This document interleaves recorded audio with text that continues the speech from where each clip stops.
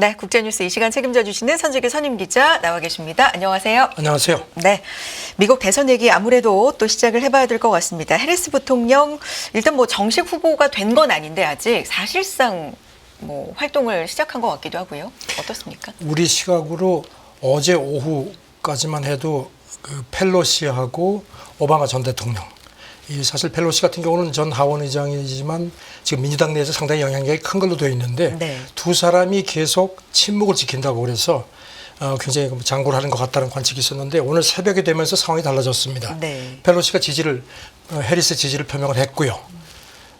지금 오바마만 남아 있는데 곧 지도부도 민주당 지도부도 오늘 중 곧 지지를 선언할 것 같다는 그런 관측이 나왔고요. 네. 그리고 이제 해리스하고 함께 그 오픈 경선이 될 경우에 이제 이렇게 경합할 거로 예측이 됐던 캘리포니아, 미시간, 켄터키 주지사 같은 사람들도 전부 해리스 지지를 선언했습니다. 로이터는 조금 전에 이렇게 했습니다. 해리스 뒤에 줄을 섰다 이렇게 표현을 했습니다. 네. 오바마가 이제 마지막까지 지금 그런 상태입니다. 모금액도 상당히 좀 화제가 되고 있는데요. 네, 로이터가 네. 조금 전에 전한 걸 보니까요. 그 바이든이 발표하고 나서 24시간 사이에 민주당에 모금된 돈이 8,100만 달러. 그러니까 하루 기준으로는 기록이라고 합니다. 네. 그 디즈니 상속녀 같은 경우 일시 그 바이든 보고 나가라고 하면서 일시 후원을 중단했었는데 여기도 그 모금을 후원을 재개한 걸로 이렇게 돼 있습니다. 네. 그리고 조금 전에 들은 걸 보니까 워싱턴 포스트 보도인데요. 그 무소속의 로버트 케니 주니어, 지금 이 사람이 한 15% 정도 지지율을 확보를 하고 있는데, 그래서 이제 그 바이든 그 전에 바이든하고 트럼프 표를 비슷하게 까먹는다는 평가를 받았거든요. 그런데 워싱턴 포스트 보도를 보니까 트럼프하고 만난 모양입니다. 네. 그래가지고 트럼프한테 자리를 달라. 그러면은 당신 지지하겠다고 했는데 일단 트럼프 참모진은 합의를 하지 말라고 반대를 한 것 같습니다. 예, 이 로버트 케니 주니어가 뭐 이런저런 문제가 많아서 그런지 상원 인준이 필요한 자리 말고 그런 포스트를 달라고 아마 얘기를 한 모양인데 이것도 만약에 로버트 케니 주니어가 그 트럼프 지지를 선언하게 되면 이것도 하나의 변수가 되지 않겠느냐는 관측입니다. 그러면 정식으로 새 후보는 어떤 일정으로 지금 지명이 되게 되나요? 민주당 전국이 밑에 이제 규칙위원회가 있고 네. 전에도 말씀드렸지만 현지 시간으로 수요일 새 대선 후보 지명 절차를 이제 논의를 하는 걸로 그렇게 보도가 됐고요. 네. 그리고 워낙 지금 전 세계적으로 관심이 많으니까 이 회의를 유튜브로 생중계를 할 예정입니다. 네. 전국의 의장도 논의 과정이 투명하고 질서정연하게 진행될 거라고 강조를 했습니다. 일단 저는 몇 차례 말씀드렸죠. 그 다음 달 19일에 그 민주당 전당대회 전에 허명 투표로다가 사실상 바이든을 확정을 하려고 했었거든요. 그래서 그거를 진행하거나 아니면은 그 1968년에 이제 그 후보 바꾸면서 오픈 컨벤션을 한 적이 있거든요. 그때 식으로 할지 그거를 아마 이번에 논의를 할 것 같습니다. 네. 문제가 지금 민주당이 걱정하는 게 물론 이제 오늘 새벽에 상황이 조금 달라지긴 했지만요. 화상 투표를 했는데 과반 지지가 안 나오는 경우에는 투표를 계속해야 되니까 그렇게 되면은 이제 이게 좀 당의 분열 같은 게 이게 외부에 각인이 돼서 네. 선거에도 좋지 않을 것 같으니까 빨리 어떻게든지 마무리를 하려고 지금 노력을 하는 상황입니다. 그렇게 되면 오픈 컨벤션으로 치러진다. 그렇죠. 1968년에 그렇게 했었거든요. 그런데 네. 그때 워낙 경쟁이 치열하고 심지어는 막 주먹 다짐까지 나왔었습니다. 그러니까 이제 그런 모습을 유권자들이 봐서 안 되겠다 싶으니까 민주당이 그때부터 그 방법을 이제 바꾸고 그 전당대회 방식을 바꿨거든요. 네. 그런데 지금 이제 상황이 다시 그런 식으로 갈 수 있을 가능성이 지금 높아지기도 했습니다. 높아진 상황입니다. 네.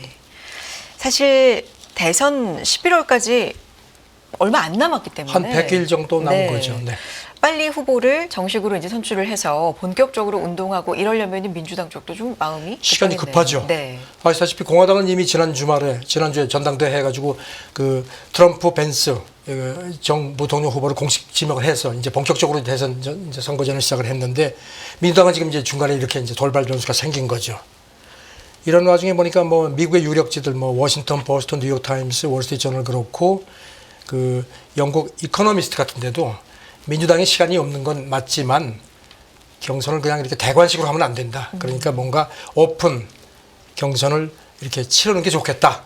그렇게 권고를 했습니다. 네. 워싱턴 포스트는 해리스가 가장 유력한 대안일지는 모르지만 경쟁적인 전당대회를 하는 게 그 민주당도 그렇고 미국에도 그렇고 모두에게 좋을 거다 얘기를 했고요. 뉴욕타임스도 비슷하게 얘기했습니다.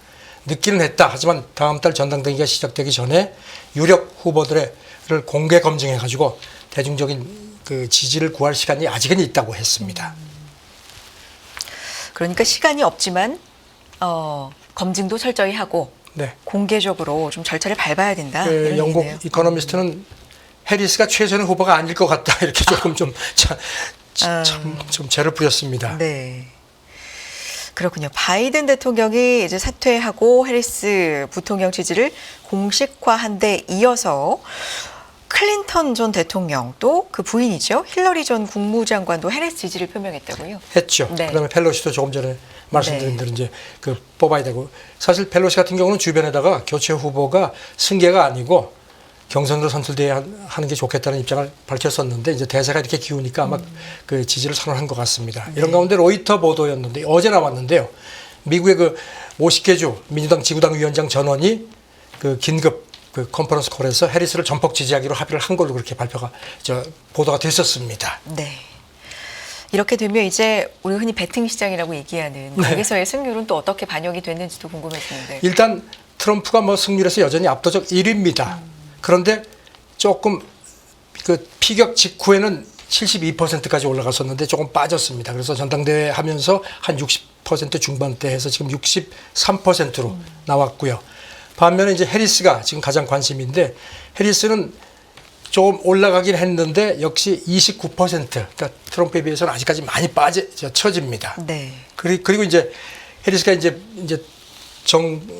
대통령 후보로 이제 굉장히 유력시되는 상황에서 그러면 누가 러닝메이트가 되겠느냐는 이제 그것도 관심인데 지금 이 베팅 사이트 그 확률로 보면요. 펜실베니아 주지사 조지 샤피로 이 사람은 51살, 이 사람이 32% 가장 높은 걸로 되어 있습니다. 그 다음에 무슨 뭐 그 노스캐롤라이나 주지사도 있고 그 다음에 켄터키 주지사 이 사람은 46살인데 네. 이 사람은 켄터키가 아시다시피 대표적인 보수 지역이거든요. 거기서 재선까지 됐습니다. 그래서 최근에 민주당에서 떠오르는 스타라고 하는데 일단 이런 상황입니다. 네. 그동안에 트럼프가 바이든 나이 많고 수약하다고 계속 몰아붙였는데 사실 그렇죠. 자기보다 3살 위였는데 이제 해리스가 59살이거든요. 우리 나이로. 그러니까 이제는 거꾸로 고령 역풍을 맞게 생겼다는 그런 분석도 있습니다. 네. 그렇군요. 바이든 대통령이 후보직 사퇴를 했던 전격적으로 뭐 사퇴했다. 물론 주말 사이 그런 결정을 할 거다라는 예측들은 있었습니다만 네. 사실 주말 사이에 끝까지 간다라고 또 했었었기 때문에 그럼요. 네. 이게 좀 바뀌었었거든요. 그러니까 그 뒷이야기들 어떤 얘기들이 있었는지 얘기들이 그런데 좀 현지 많이 시간으로 나옵니다. 지난 토요일 날 네. 오전까지만 해도 네. 끝까지 간다고 계속 그렇게 네. 해서 그렇게 나왔었거든요. 그래서 뭐 저도 그런 말씀드렸지만 그 네타냐후가 미국 와가지고 정상회담 하는 게 이제 현지 시간으로 화요일이니까 이제 오늘 밤이나 내일인데 그 이후에나 사퇴를 해도 사퇴하지 않겠느냐는 그 관측이 일각에서 있었거든요. 그런데 이제 전격적으로 나왔죠. 네. 뉴욕 타임스가 그 지난 주말에 그 숨가빴던 그런 그 상황을 전했습니다. 델라워의 그 자택에 지금 코로나 때문에 격리되어 있으니까요. 지금 뉴욕 타임스 보도를 보면은 바이든 대통령이 현지 시간으로 지난 토요일 날 오후 늦게 백악관 고문한테 전화해가지고 그 마이크 도닐런이라고 이 사람이 이제 수석 전략가인데 아주 옛날부터 이 두 사람이 바이든을 측근 보호자를 해왔습니다. 불렀다고 합니다. 그래서 네.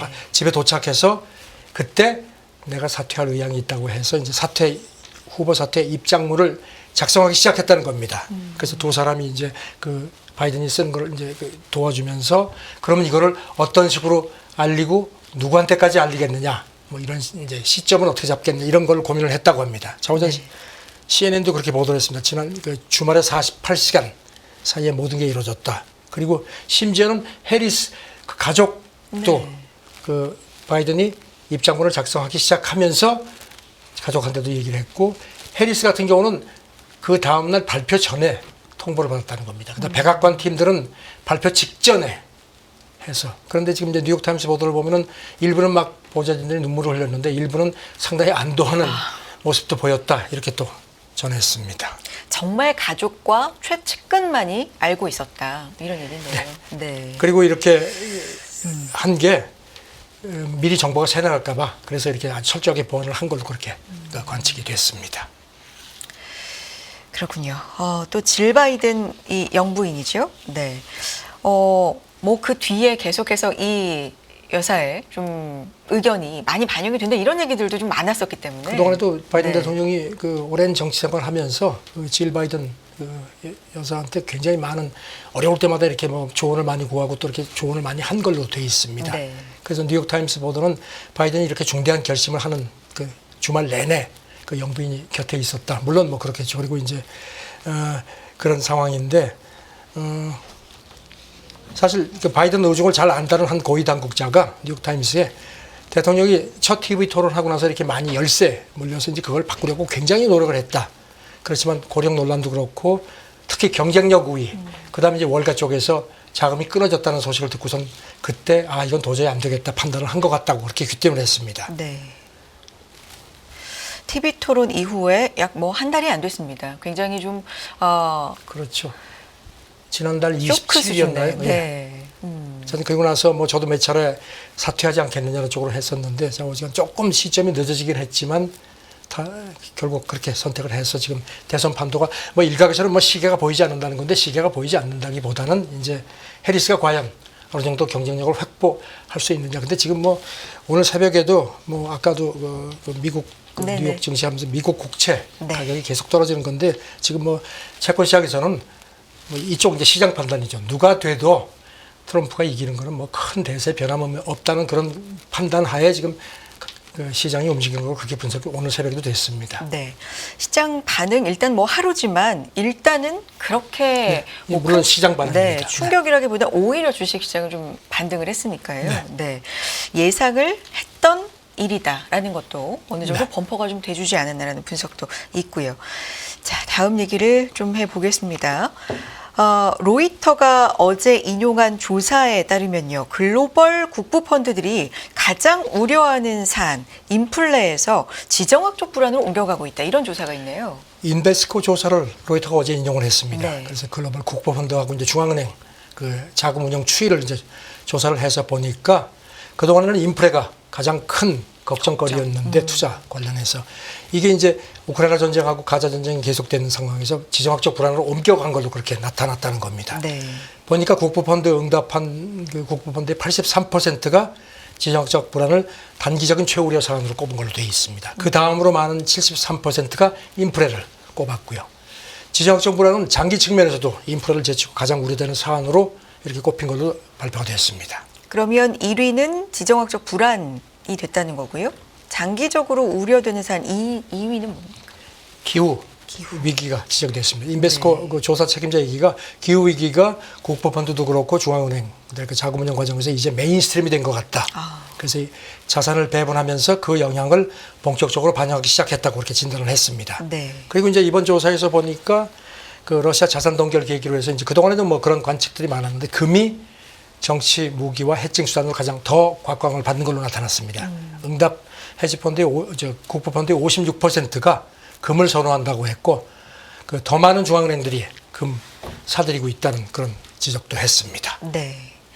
신흥시장에 대해서도 의견이 있었다고. 네, 응답 그 케이스의 절반 이상이 투자 다변화 추세에서 신흥시장이 혜택을 본다는 견해를 밝혔습니다. 네. 그리고 국부펀드의 67%는 신흥시장 투자 수익이 선진시장하고 같거나 웃돈다고 그렇게 평가를 했고요. 그리고 이제 특히 채권시장 적분이 가장 용이한 그 인도가 가장 매력적인 신흥시장이라는 평가를 받았습니다.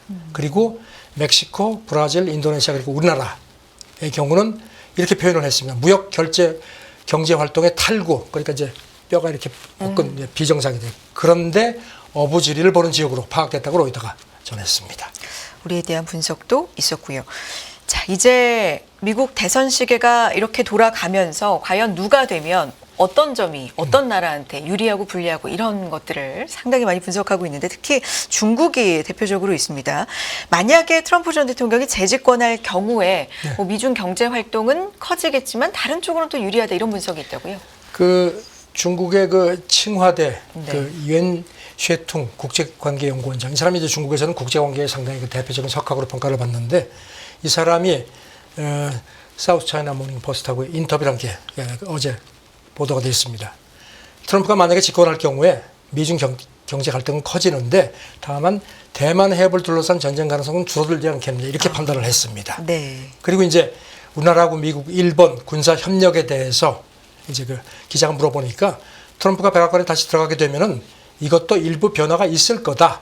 그러면서 미국이 이미 우크라이나하고 가자 전쟁에 사실상 개입해 있는 와중에 동아시아에서 세 번째 군사 충돌을 벌이는 게 과연 좋겠느냐. 그러니까 트럼프가 그렇게는 안 할 거라는 식으로 관측을 했습니다. 네. 또 뭐라고 추가로 얘기했나요? 이 사람은 이제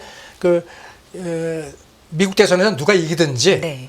지금부터 적어도 내년 상반기까지는 미중 관계의 일반적 추세는 지속적인 악화라고 본다고 얘기했습니다. 다만 이제 민주당이 이제 만약에 승리를 하면은 기본적으로 지금과 같은 경로로 가겠지만 트럼프가 이길 경우에는 미중 경제 대립이 심화할 거다. 특히 이렇게 진단을 했고요. 네. 근데 이 사람 인터뷰는 바이든 그 후보 사퇴 표명 전에 이루어진 거고요. 네. 그러니까 지금도 좋지 않은데 내년까지는 더 좋지 않은 방향으로 가는 건 변함이 없을 거다. 변함이 없을 거랍니다. 네. 그리고 이제 그렇지만 이제 트럼프가 그 대만 문제를 포함한 영내 충돌에 대해서는 바이든보다는 좀 더 신중할 거다 이렇게 내다봤습니다. 한미일 군사 협력에 대한 질문도 있었어요. 그러니까 같은 얘기입니다. 네. 그 지금 미국이 국내외에서 모두 공경에 빠졌는데 네. 그 트럼프가 바이든이 했던 그 정책을 답습해 가지고 똑같은 공경을 스스로 그 초래할 이유가 없지 않겠느냐. 그래서 자기는 그 세 번째 군사 충돌 그 도발을 그렇게 하지 않을 거라고 본다고 그렇게 지적을 했습니다. 향후 10년의 미국과 중국의 관계에 대한 질문도 있었다고 하는데요. 예, 여기 네. 대해서는 이제 일단 그 세계적인 미중 양극화 그게 이제 더 확산하고 미중 간의 격차가 확대돼서 유지되는 쪽으로 봤습니다. 그리고 이제 이거를 전반기 5년, 하반기 5년으로 나눴는데 이제 앞부분의 5년은 AI라든가 반도체 분야, 그다음 민간 투자 때문에 미중 간의 경제적 격차가 더 커지고 그리고 이제 군사력 같은 경우도 중국 국방비 지출이 아직까지 미국의 30%밖에 안 되고 네. 특히 미국은 계속 전투 경험을 축적하고 있다는 겁니다. 그래서 격차 해소가 쉽지 않을 거다. 그리고 이제 다음 5년 2030년부터 2034년까지는 이거는 미국, 중국 모두가 지금 국내적으로 어려울 거다. 왜냐하면 반세계화, 포퓰리즘이 더 불거지면서 미국도 그렇고 중국도 그렇고 더 어려움을 맞게 될 거다. 이렇게 내다봤습니다. 북한과 러시아 관계에 대한 얘기도 했네요. 여기 대해서는 네. 북한의 경제력, 군사력이 너무 작기 때문에 러시아에 지금 무기를 준다고 하는데 제공할 수 있는 지원이 매우 한정적일 거다. 러시아 입장에서는 북한 지원이 없는 것보다는 낫지만 실질적으로 큰 의미는 없다. 그리고 이제 전쟁 중이기 때문에 북한을 이렇게 많이 도와줄 수는 없을 거다. 했고 이제 그 중국에 대해서 중국과의 북한, 러시아와의 관계에 대해서 두 나라 모두가 중국을 필요로 하기 때문에 지금 이렇게 러시아하고 북한이 밀착을 하더라도 북중, 중국, 러시아 관계에는 큰 영향은 없을 거로 자기는 본다고 했습니다. 알겠습니다. 다음 얘기 해볼게요. 유럽에서 징병제를 속속 부활시킨다고요? 어떤 얘기입니까? 예, 지금 아시다시피 그 CNN 보도인데요. 유럽에 지금 우크라이나 전쟁이 지금 2년 이상 지속되니까 이 유럽 국가들이 이제 이 전쟁이 확산될 수 있는 데 걱정들이 많아서 지금 징병제가 그 냉전 이후에 많이 없어졌는데 네. 속속 부활된다는 겁니다. 그래서 지금 남성도 하지만 여성 징집 같은 것도 지금 다시 되는 경우도 있고. 어떤 나라가 있을까요? 이미 노르웨이 같은 경우는 이제 남녀 모두 징집을 하는데 이제 그 대신 국방 예산도 늘리고 징집 병력도 늘린다고 하고요. 네. 지금 영국 같은 경우도 지난번 보수당이 선거에서 졌지만 의무 복무제 제도입을 공약으로 걸었었고요. 독일도 지금 병력을 늘리는 입장이라고 합니다. 네. 독일 같은 경우는 2011년에 징병제를 폐지를 했는데 이거를 지금 제도입도 추진하는 걸로 그렇게 보도가 됐습니다.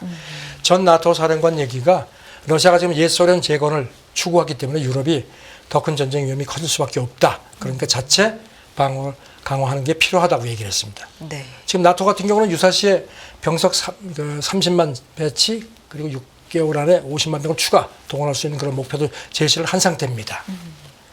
그런데 지금 장기전을 치를 수 있는 준비가 되어 있는지에 대한 그런 회의적인 시각들이 많습니다. 네. 대규모 전쟁 우려 상황으로 징병제를 속속 부활시킨다. 유럽 쪽 얘기였고요. 자, 다음은요. 필리핀이 중국과 영유권 분쟁을 이어 남중국해에 물자를 보급하는 문제와 관련해서 합의를 마쳤다. 이런 발표네요. 잠깐 설명드리면 네. 필리핀이 2차 대전 때 쓰던 그 함정을 그 남중국해에 있는 암초가 있는데 이게 지금 필리핀하고 중국하고 굉장히 치열하게 지금 영유권 분쟁인데 거기다가 고의로 좌초를 시켰습니다. 네. 그리고 이제 그거를 이제 지킨다는 명분으로 해병대원들이 거기 암초에 10명 정도 가 있고 그러니까 이제 물자를 계속 보내야 되죠. 그 물자를 가져가면 이제 중국이 막 물대포 쏘고로다가 이제 지난달 17일인가에는 중국 함정에 와서 부딪혀가지고 막 필리핀 수병들이 다쳤거든요. 그리고 안 되겠다 싶으니까 이제 양국이 외교 차관들이 만나서 회의를 해가지고 그러지 말자. 네. 그리고 이제 핫라인도 설치하기로 했습니다. 일단 조금 가라앉히기로 했는데 이 와중에 좀 눈에 띄는 게요. 미국은 필리핀하고 지금 방위 조약이 있거든요. 그러니까 우리가 돕겠다 했더니 필리핀 쪽에서 이건 우리 힘으로 할 수 있다. 거절을 했습니다. 그러니까 필리핀이 미국하고 가까우면서도 이런 그 너무 또 이 중국하고의 그런 갈등에 미국이 이렇게 훈수 두는 거를 조금 밀어내서 이것도 조금 더 눈에 띕니다. 이런 관계도 네. 좀 지켜보겠습니다. 여기까지 국제뉴스 함께 하겠습니다. 손재규 선임기자였습니다. 기자님 감사합니다. 네, 고맙습니다. 끝나지 않은 여정, 변화의 물결소. 우리의 질문은 계속될 것입니다. 거대한 역사로 잃는 인간의 욕망과 부의 흐름. 새로운 부의 미래를 알려드립니다. 자본주의의 적은 자본주의.